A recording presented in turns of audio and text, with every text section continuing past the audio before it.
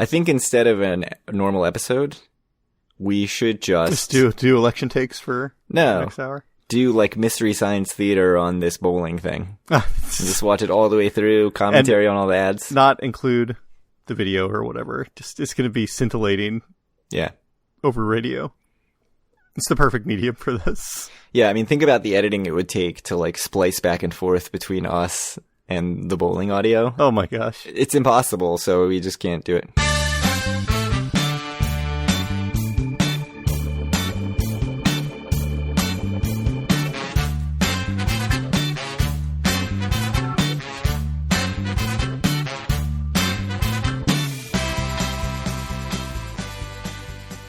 Howdy, it's Wednesday, November 9th, 2022, and this is episode 187 of Due for a Win, the Atlantic City and Casino Biz podcast. I'm Kyle Askin, joined, as always, by Craig Stone. What's good, Craig? Marvel Snap. Been playing a lot of Marvel Snap. We just talked about it for 20 minutes instead of recording the episode. Yeah, it's fun. I mean, it's not like the greatest game of all time, but it's been amusing for me. It's very good for like what it is, which is 2 minutes at a time. I have to say, like, the pace of it is definitely the best part. Although, like, occasionally you'll get someone who uses like all their time every turn, and it's like the most horrific thing that you've ever experienced. That does sound like something you would hate. Because it's usually like 5 seconds a turn, but like you get a surprising amount of time actually if you're thinking or doing whatever. So yeah, calculating, doing all the calculations in your head. Yes, advanced calculus. So that's what everybody wants to hear about. See superheroes, play superheroes. That's strategy. Yeah, no calculation. History, I guess we could talk about. Yeah. Instead of Marvel Snap card games. So in 1887, the Scenic Railway opened between Tennessee and New York Ave on the boardwalk. Remind me, where's New York Ave? What's there now? Well, I was going to say the Irish pub, but that's on St. James. Yep.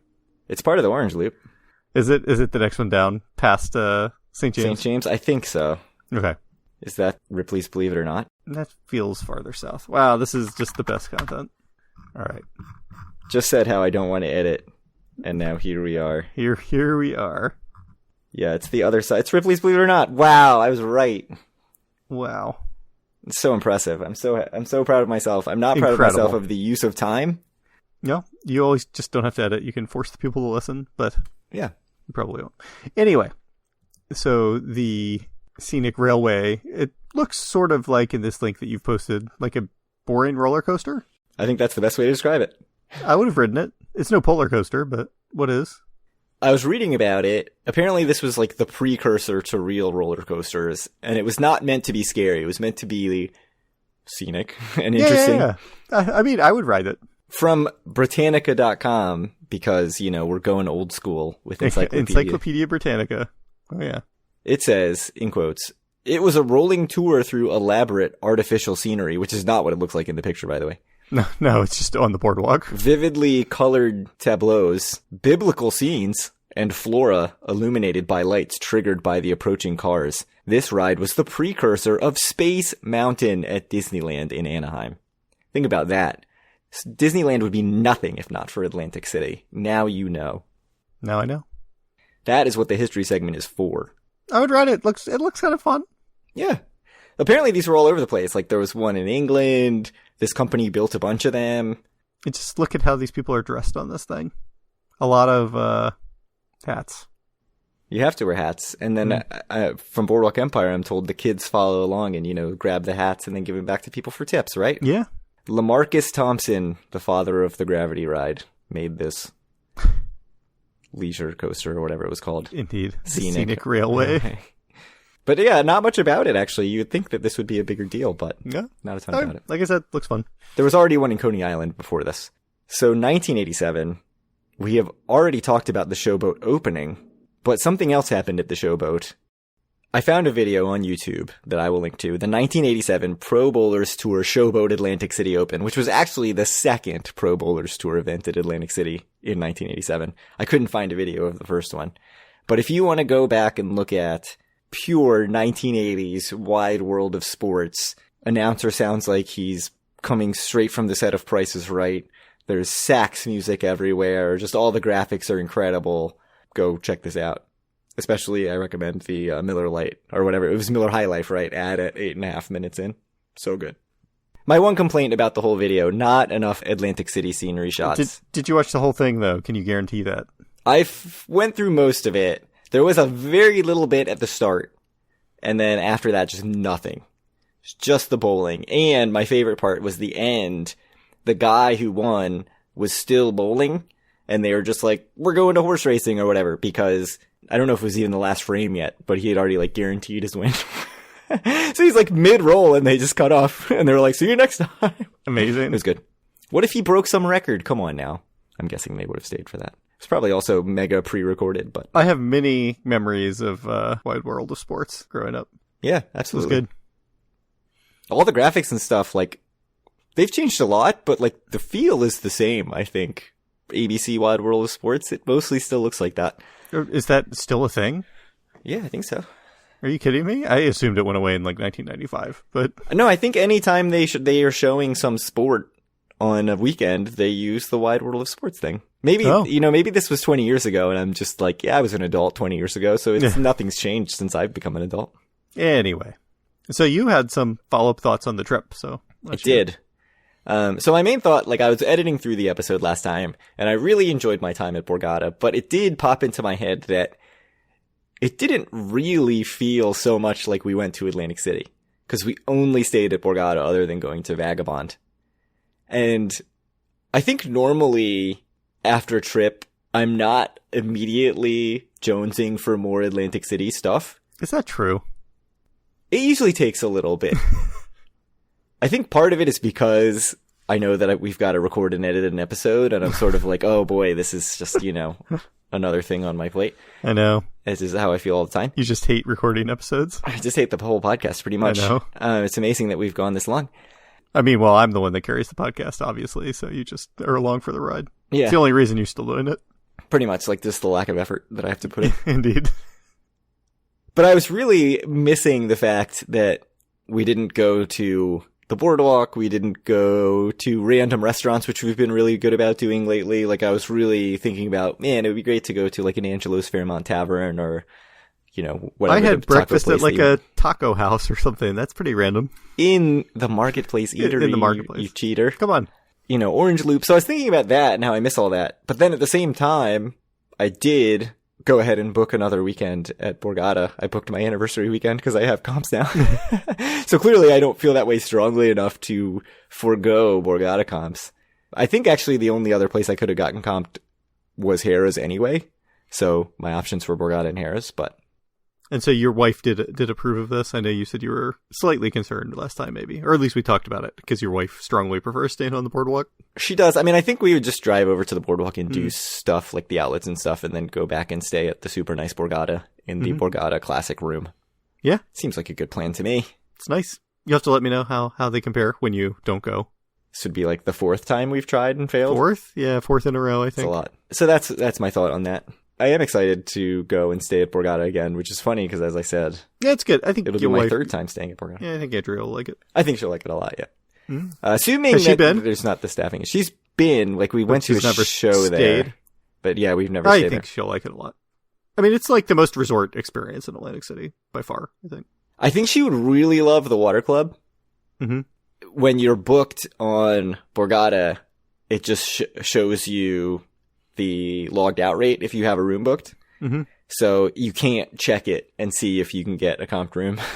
If you call them and say it's your anniversary weekend or whatever, maybe they'll do it. Put me in the water club on the super dead weekend after.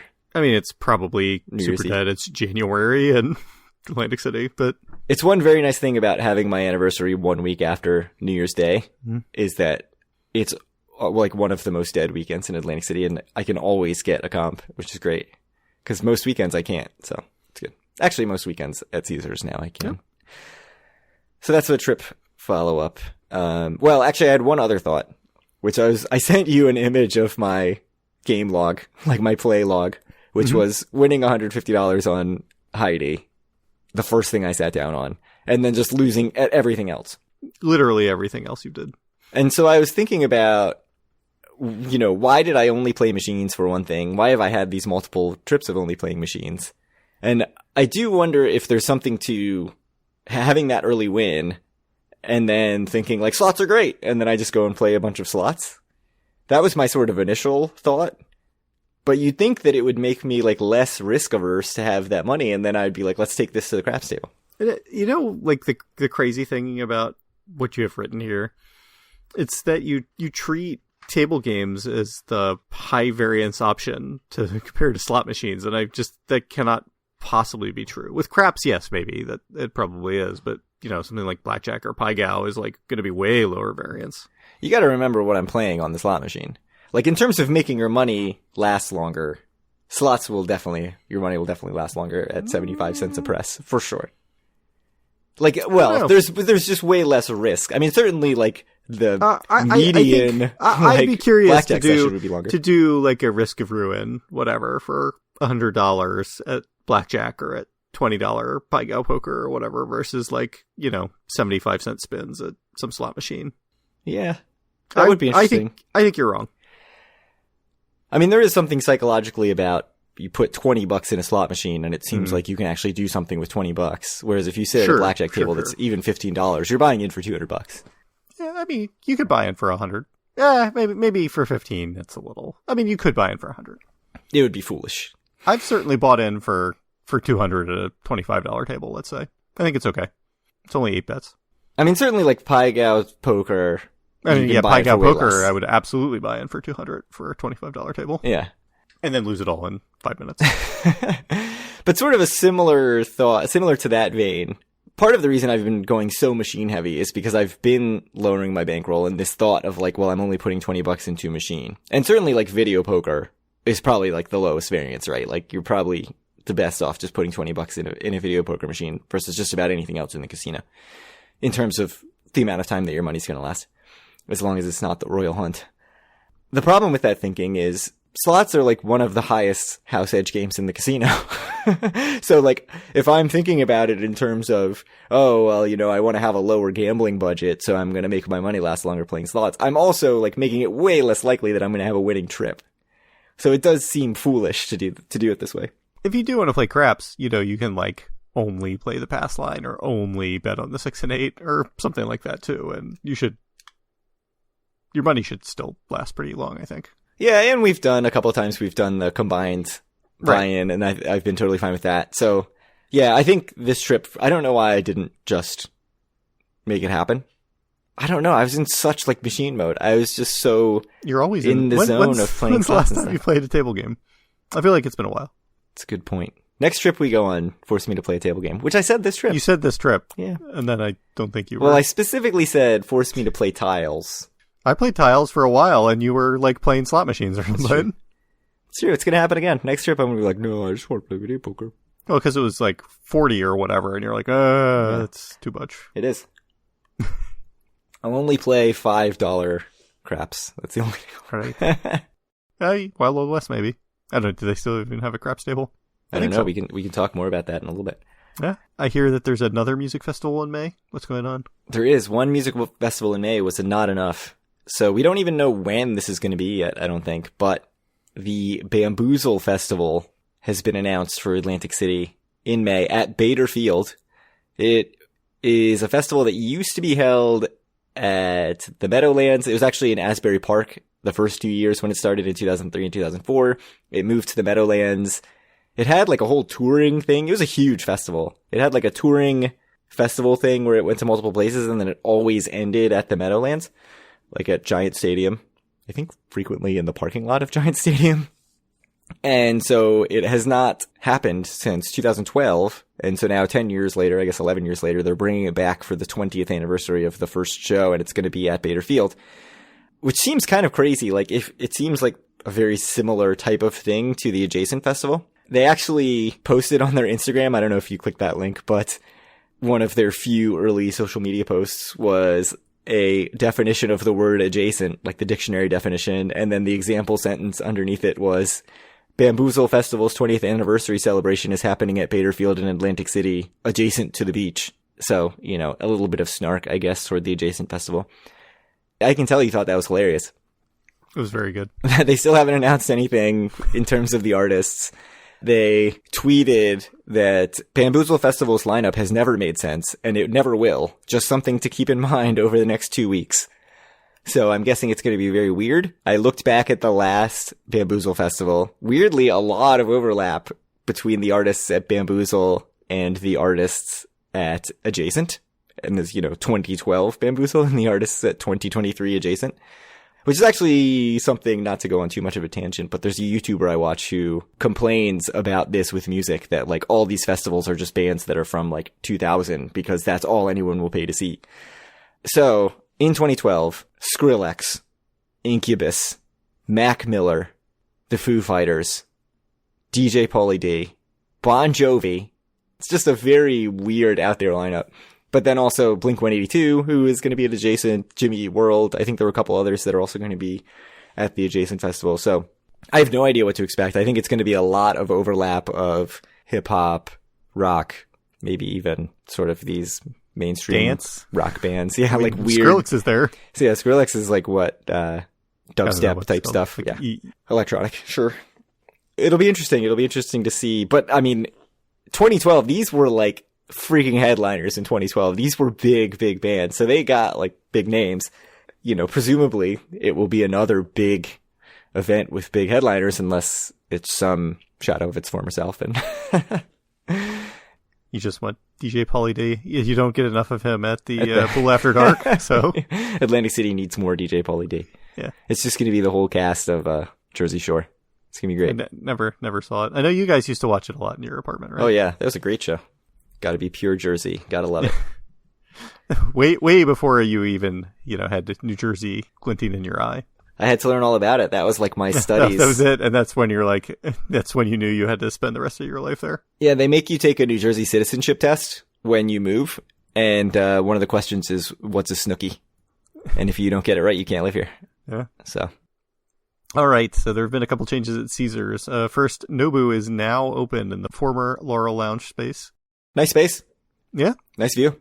It is a good view, kind of overlooking the beautiful Rainforest Cafe, which is, as we know, the best view in Las Vegas, Atlantic City. I wonder if it'll take the Diamond Celebration dinner. Oh. Because that would be a good place to use it. Probably. Nobu, legendary sushi place. Never been. I've never been to the one. I know that our friend Chris had very, very high things to say about it, like very high praise for the one in Vegas. So I'm assuming it'll be very good. It's open. If you've been, tell us Let if us it's know. good or not. So there's also been a post in the Everything AC Casinos Facebook group with a photo of a totally gutted Coyote Kate slot parlor, which I know just breaks your heart. It does. No, that was where Damn Lumberjack Beavers was. That was. That was really, when I pictured our early trips to Atlantic City, we spent so much time Coyote Kate's going between Caesars and Bally's. Like that was the home base. And so what I pictured really, honestly, was going down the escalator from Caesars to Coyote Kate slot parlor. Like that is the image in my head of my first few trips to Atlantic City. And so now it's just gone. Like it's completely gutted.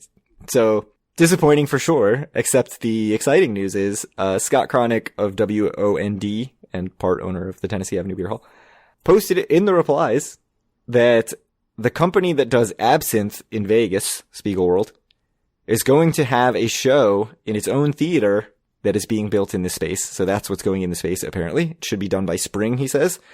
And Roger Gross of Global Gaming Business replied to that, saying that they're going to use the facade of the old Warner Theater, which if you've ever walked by the Wild Wild West on the boardwalk and noticed the old Warner Theater, that is the actual old Warner Theater facade, that is going to be an entrance to the theater. So very cool. Very funny that these super reputable sources are, deep in the comments of this Everything AC Casinos group post.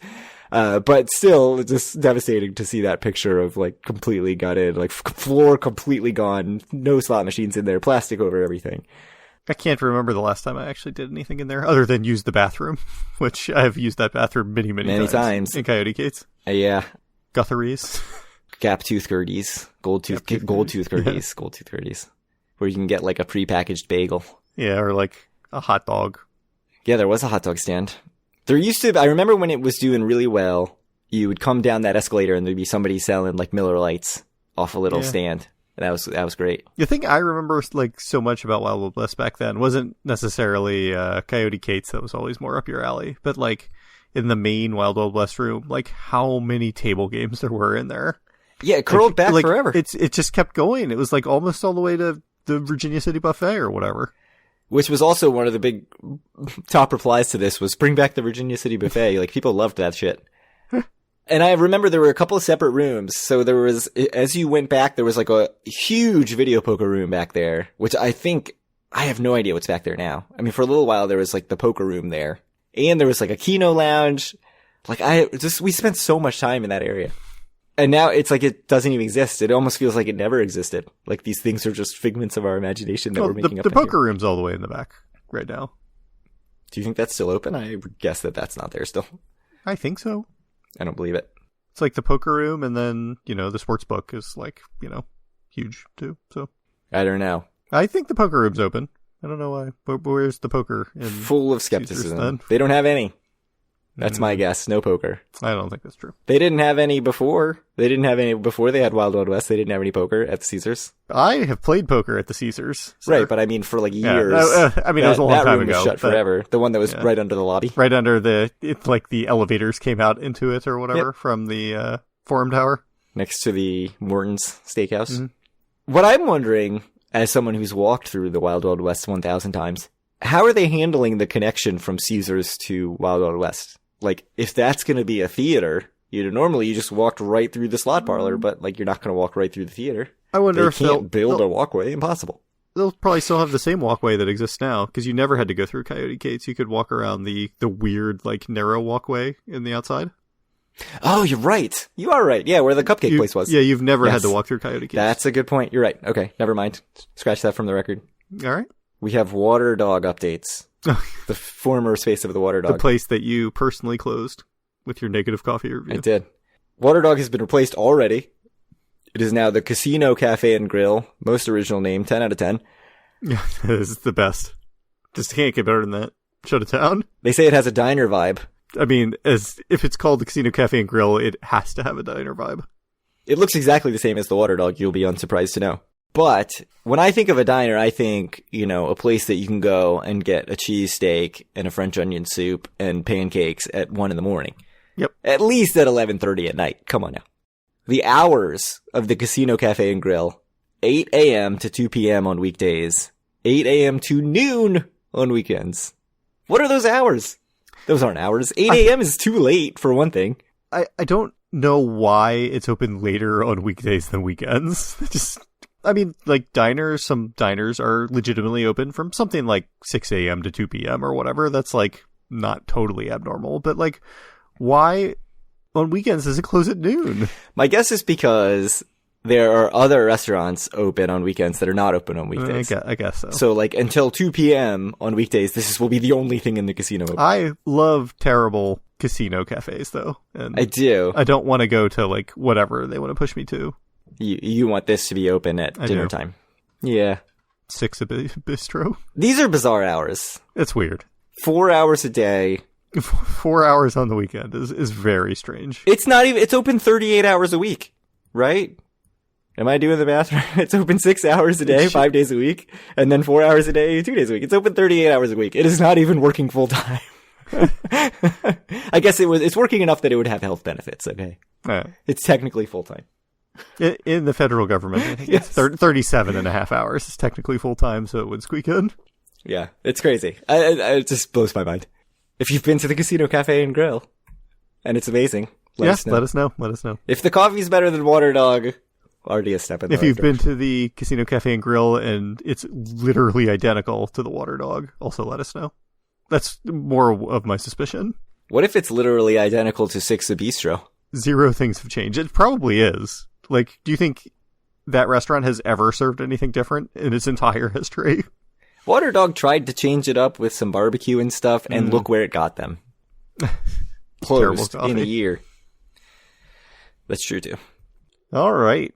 So we've got some data, which I know you've all been waiting for. And they have been waiting, a lot of hate mail that we chose to have a trip report instead of a data episode last episode. But yeah, and teased it, too, which is the worst part. This data came out like almost a full month ago.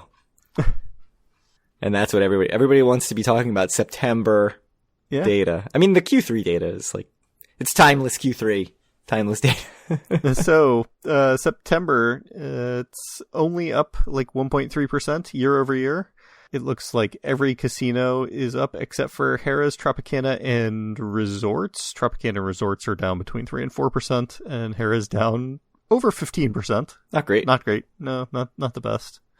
I mean, I think Harrah's in general has just been abysmal this year. But in terms of the big winners, it's actually Bally's that's up 13%, Hard Rock up 6%, and looks like Ocean and Nugget are around 5%. It's weird that it was only up 1.29%. Is there a difference in the number of weekend days? Nope. So everything exactly the same? Yeah, so it's a little bit surprising. Like, it doesn't quite follow along with the trend of what we've seen. Mm-hmm. No one's really bad except Tropicana is just miserable. Like, being down $4.25 million year over year is really, really bad. And, you know, if they were not down $4.25 million, if they were even, it would be, you know, I don't know, 2.5 or 3% up. It would be much better, but still not enough to get us to what we were seeing in the summer months. And when you say Tropicana, you of course mean Harrah's. I do mean Harrah's. Yeah, we're doing great. Scaling it. I mean, we had a bunch of months where it was like +7, +8. So, you know, it seems to be tailing off a bit. I don't know if that's just the seasonality of it, but it's not as amazing as it's been. It's a fairly disappointing month, but it is also 1 month. And if you look at the Q3 data overall, things are a bit more promising. It's up closer to 5% in Atlantic City. Most of that is Borg and Ocean, who are up 20 and 16% respectively. And then Bally's and Hard Rock are up 6%, more or less. Go Bally's. Good job. All of the casinos being down, some not very much, like Resorts, which is only down about 2%. Some of them down much more, like the aforementioned Harrah's, which is down 12%. Yeah, it's bad. Harrah's not doing great. Yeah, so I mean, the thing that stands out about the quarterly numbers is of course just Borgata slaying, and to a lesser extent maybe Hard Rock and Ocean, and then, you know, the 3 Caesars casinos and Golden Nugget doing the opposite of slaying, being slain.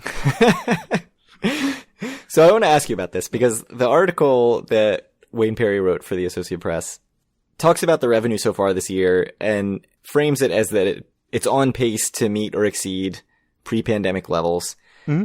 But it does mention how Borg and Hard Rock are carrying the load, and the 7 other casinos are undeniably true. Yeah, are still trailing their pre-pandemic levels. Like, I mean, I think you can 100% true. You can put Ocean in that category too, I think. But yeah, my question about that, and we've talked about this a decent amount, but is that necessarily a bad thing? When, you know, we look at Q3 and you've got actually have 5 of the 9 casinos are down from Q3 previous year. Like, is that bad, or is the overall being up more important than the individual casinos?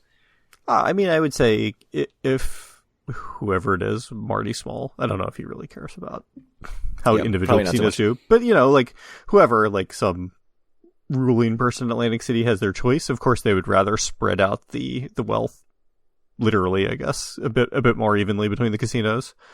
But I mean, it's not realistic to assume all the casinos are going to be the same either. So, I mean, this is always what's going to happen, and it's going to hopefully be what drives everything forward and, you know, makes the other casinos want to invest more and become nicer to try to compete with Borgata and Hard Rock and Ocean, and hopefully become more competitive. But yeah, I mean, all things being equal, you don't want there to be very obvious winners and losers, because that's how you get casinos that close. Right. Yeah, you obviously don't want casinos to close, but, you know, all things are not equal. So, right. Like, Borg and Hard Rock, certainly Borg, is just a nicer casino than these other casinos, and, like, Caesars Entertainment has not really earned the revenue, and that's why you see, like, Caesars now is investing, which is great, except that they've lagged, and now you see Caesars, Tropicana, and Harrah's being 3 of the bottom 4. Golden Nugget is not really, you know, invested, and they are really focused on online, and they're also in there. Like, to me, it feels like a Caesars and Golden Nugget problem more than an Atlantic City problem. And really, it seems to me sort of a situation of, like, the money is coming to Atlantic City. Like, people are coming to Atlantic City, and we're seeing that also in the data about, you know, room rates and occupancy rates and everything. But people are just voting with their wallets. Like, they're going to the places that are doing the stuff necessary to get them to come. And right now, that's not the Caesars properties or Golden Nugget. So yeah, I don't want any place to close, but I don't feel too bad for, I don't feel like there's some innate right for like every casino to be lifted above its previous levels. Yep. So I don't think it's like a bad thing to have some of them down and some of them up, as long as the overall numbers are up. And I think you're exactly right with what you said, that I do think that Caesars is investing. To be specific, I think Caesars is investing in Caesars and Harrah's and not Tropicana. I don't know exactly why that's happening, but, they've lagged so long and put so little into the casinos for so long. It's just, and there's always some sort of a lag time. So I do expect them to go up. I mean, like Resorts and Golden Nugget, have they really been investing a lot? It feels like the answer is no to me. Yeah. Certainly not to the level of Borg and Hard Rock and Ocean. And even Bally's. Like, Bally's has done a ton. Bally's has done a lot of stuff, and they're one of the relatively, by change, big winners. I mean, by just revenue, they're still the second smallest casino, just only ahead of Golden Nugget, which is just doing abysmal, I think. Exists literally only because of their online thing, I think. Yeah. So, yeah, and Bally's was in such bad shape after the sale that they are, feels like they're practically building up from scratch. So like Bally's being, plus 6%, you got to take into account how down they were before, the last couple of years. But yeah, I think it's not bad necessarily. And like I am, as much as I'm crapping all over Caesars for the lack of investment, they are doing the things to now. Hopefully they are we'll doing see it now. A year from now or 2 years from now. I mean, Caesars and Harris. Yeah. Yeah. But I'm like very excited about this Absinthe show. Like I loved Absinthe in Vegas. So I'm hoping that it's a huge draw. I feel like Atlantic City does not have enough of that sort of stuff where you can just go and say like, okay, I'm going and I know there's going to be this show there. There's some stuff like Burlesque and Borgata Comedy Club that is pretty regularly there. acjokes.com. But like, there's not this sort of resident show at any of the casinos where you can just go and say, oh yeah, when I'm in AC, I want to really make sure I go to this thing. And I think adding an Absinthe type show, Vegas has has that. They have all the Cirque shows. They have this sort of like entertainment that's sort of attached in people's minds to Vegas, and AC doesn't have that. And I think it would be great if it did. And I hope it's a huge draw. So yeah, it's good. I mean, we've raved about the Centurion Tower rooms, so they have done some good stuff. It's just going to take a little while to see that in the numbers. Yeah. All right. Anything else you want to say about the data? I think that pretty much covers it. No, I think that covers everything that we had on the agenda. All right. Well, if you want to reach out to us or any of our other listeners, you can do so at our Facebook group, facebook.com/group/DoForAWin. Find all of our great content and buy a shirt at DoForAWin.com. Reach out to Craig on Twitter at DoForWin or me at Kyle Askin, and send Craig questions to DoForAWin@gmail.com. How's our inbox? Oh, I've got stuff that I need to reply to. Oh. Somebody asked about New Year's Eve, and I don't know anything about New Year's Eve. I've never been. Did you know they're probably having the largest champagne cork at popping at the Wave nightclub? Yeah, at the playground. At the playground. Yeah. Man, I haven't thought about that in years. Think about how much time we spent talking about the playground. A lot. And its many iterations over the course of this show. And even before the show, like, how much did we talk about the stupid pier before we even had a show? A lot of time, a lot of thought has gone into it. And that's just like a property that has been a one-way street. Yeah, Caesars owns it again. Downhill. That needs to be Caesars' next investment. It's crazy that, like, surely they can make that successful, right?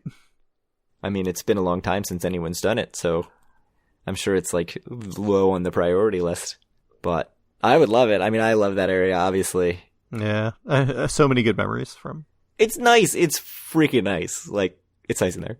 I mean, especially back, they had the water show. Believe me, many times out watching the water show when I had lost way too much money or whatever. I mean, that shut down like 10 years ago, but maybe like 8 years ago. Yeah, I don't think I ever even saw it.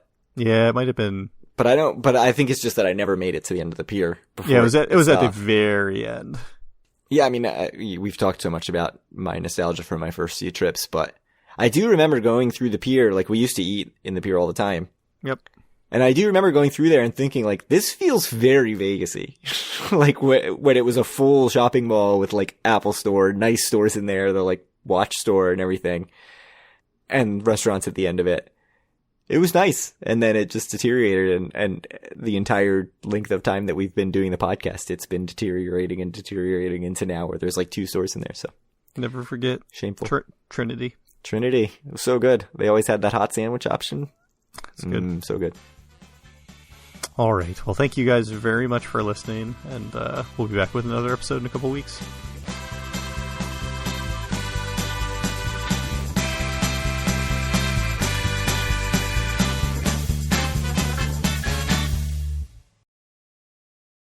You know, I watched the first 5 minutes or whatever, and I thought they were saying, like, they're complaining about the lanes because it, like, literally just opened. Yeah, they hadn't settled yet.